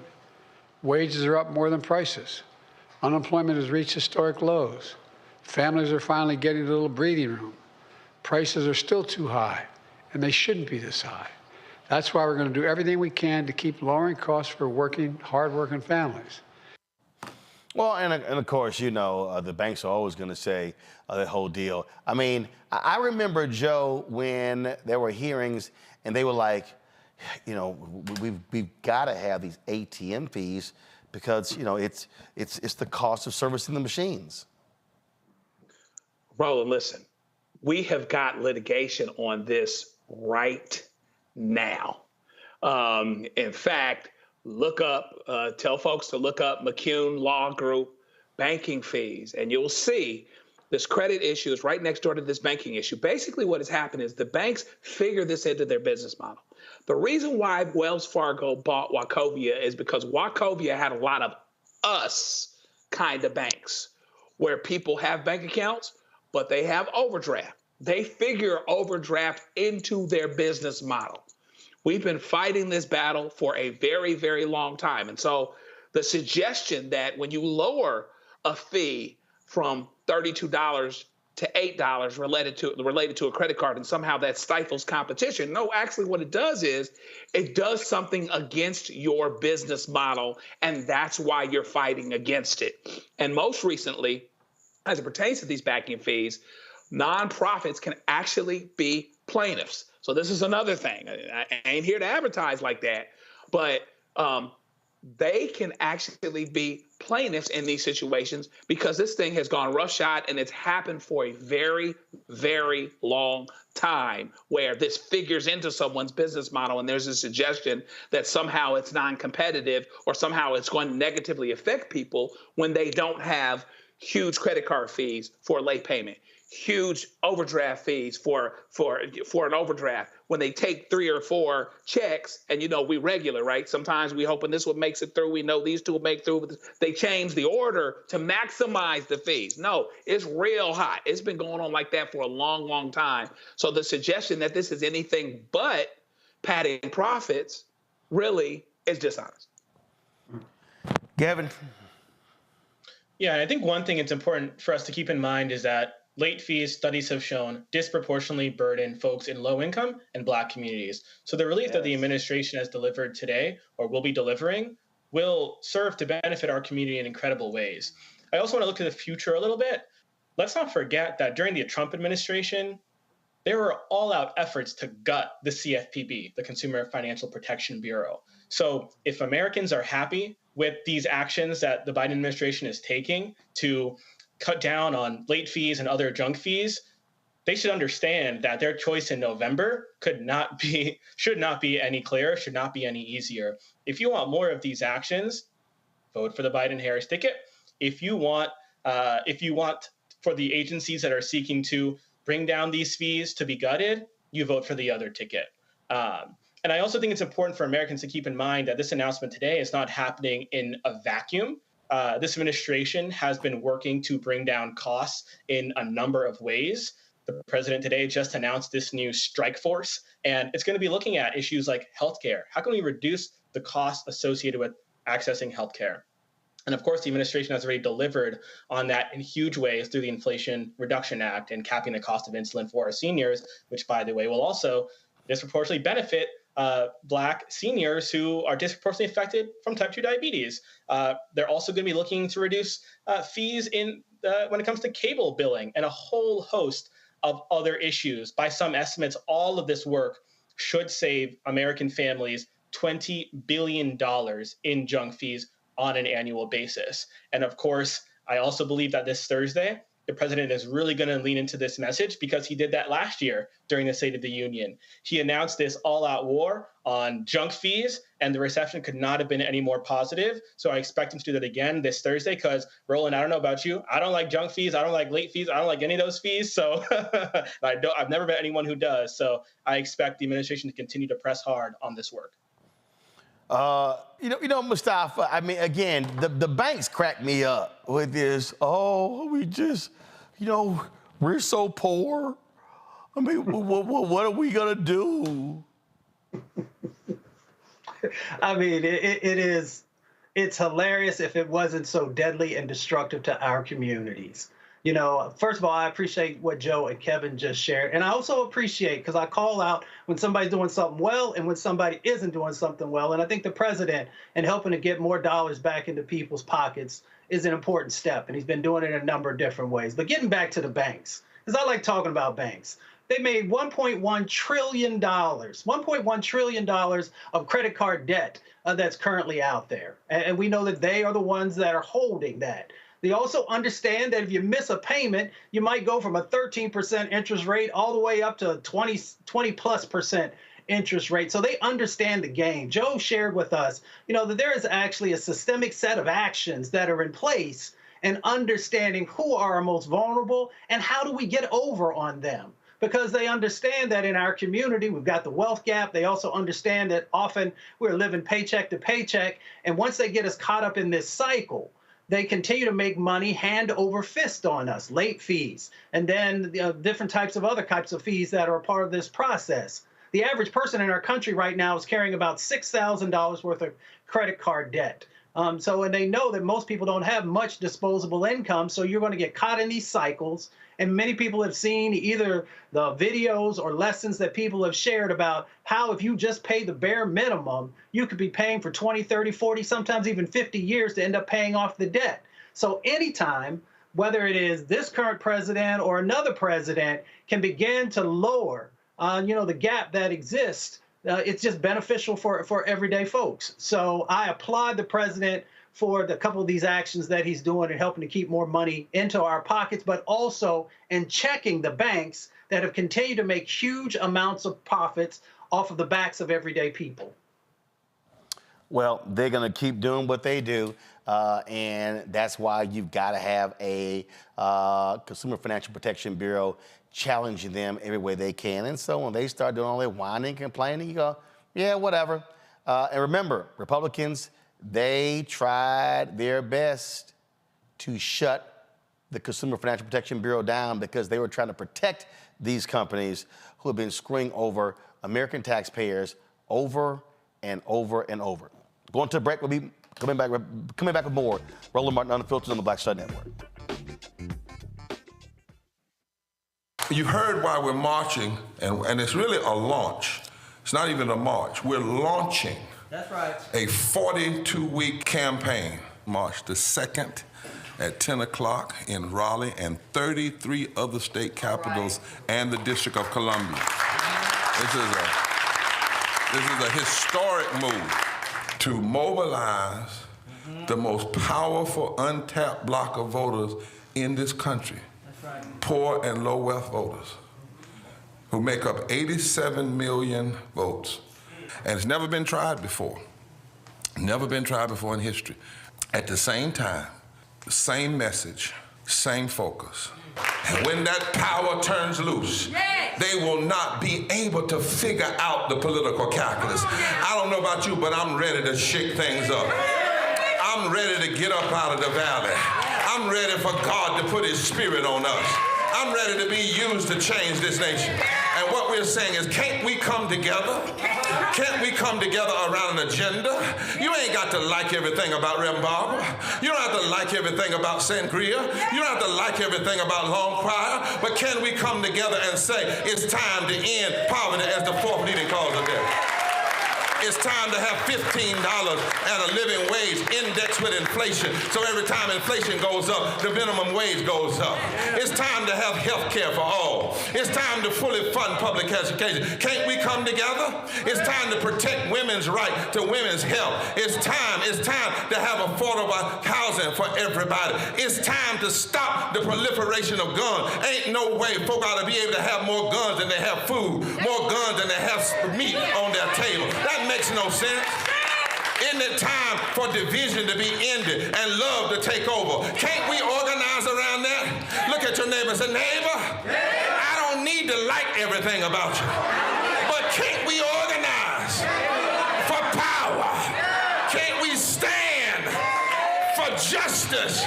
Can't we love everybody for just a little while? Can't we come up out of the valley? Can these bones live?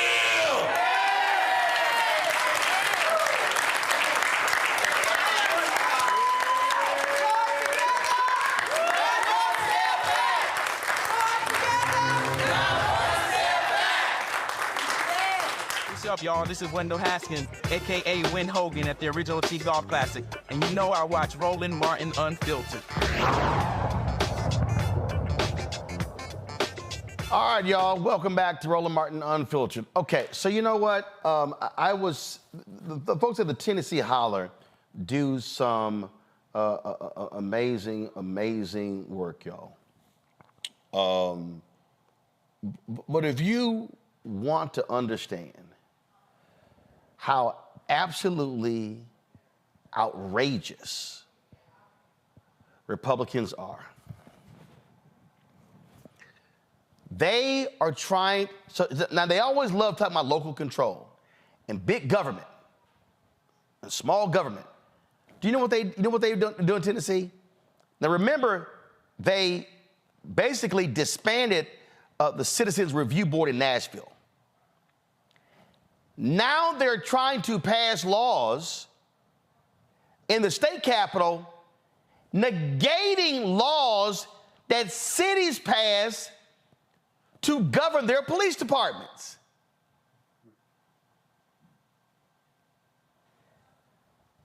So yesterday, this Republican was going to introduce this bill, but Tyree Nichols' family showed up, then he backed off, so he's going to reintroduce it later. Watch this.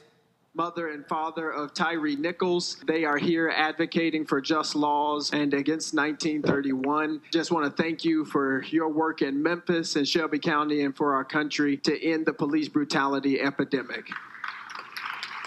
They're hurting so badly, but they put in the work to get a local ordinance passed to make sure that this never happens to another person again. And so we honor them for that work and hope that this body doesn't undo that work. You have demonstrated a loving, sharing, and caring spirit, and I would hope that we continue to display that spirit. The individuals back home in Memphis and Shelby County stand with you and support you and want you to know that we are going to continue to fight with you. Parents' nightmare is for their children to precede them in death. One of the hardest pains in the world to heal is a heartache. So I'd like to honor them as well and have a moment of silent prayer for their son, Tyree Nichols.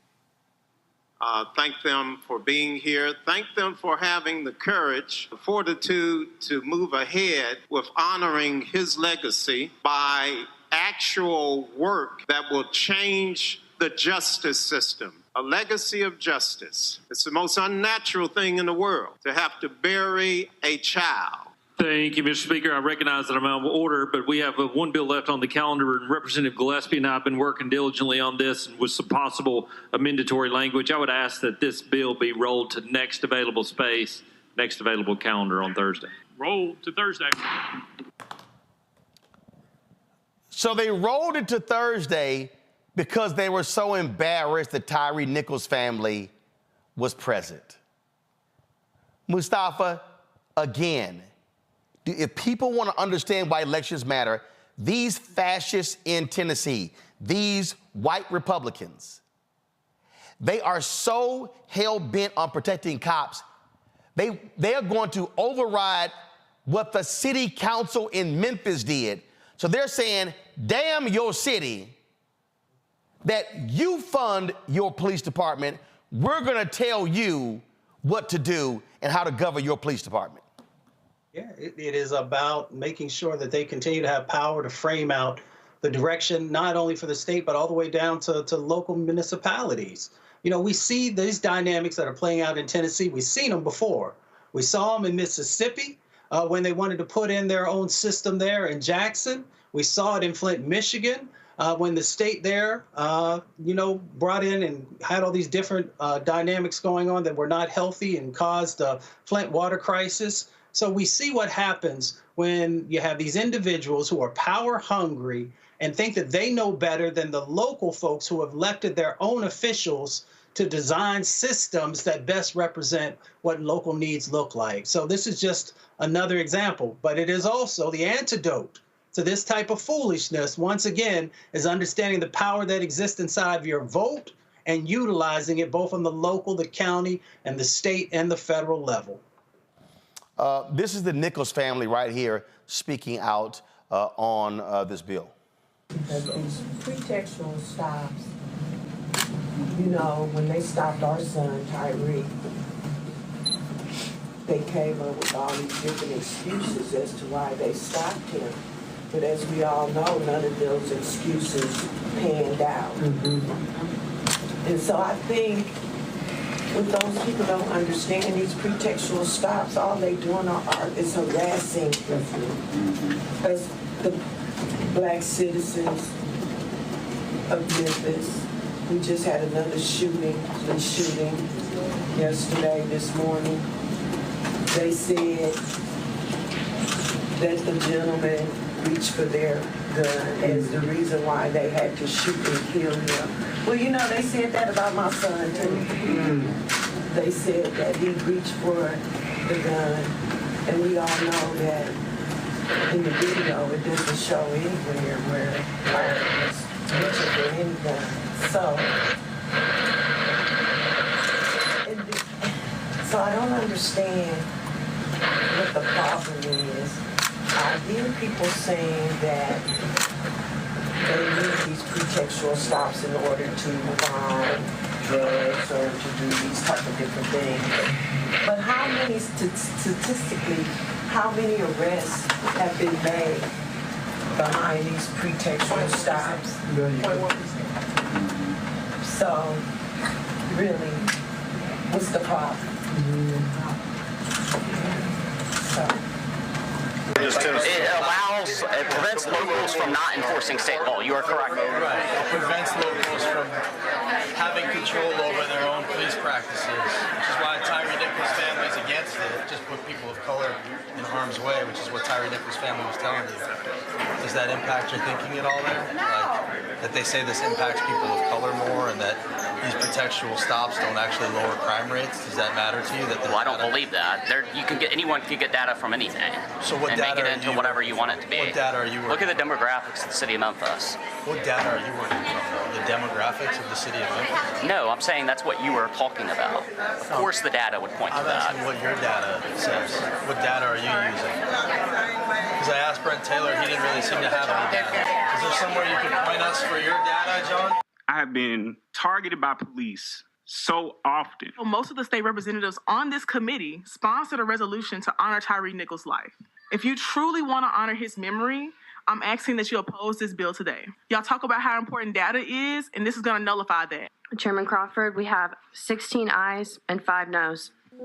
Bill moves on to calendar and rules. It's just crazy, Joe, that city councils, I mean, their whole deal is, we don't give a damn if you're Memphis or Nashville. We're going to tell you what to do. Look, in Missouri, the governor controls the commission that oversees the Kansas City Police Department. The state tried to take over the St. Louis Police Department. They do not want to see accountability. In Alabama, the Attorney General of Alabama got a cop released from prison who killed an unarmed black person. Shorten their sentence. I mean, this is how these people, they do not want to see any police accountability whatsoever.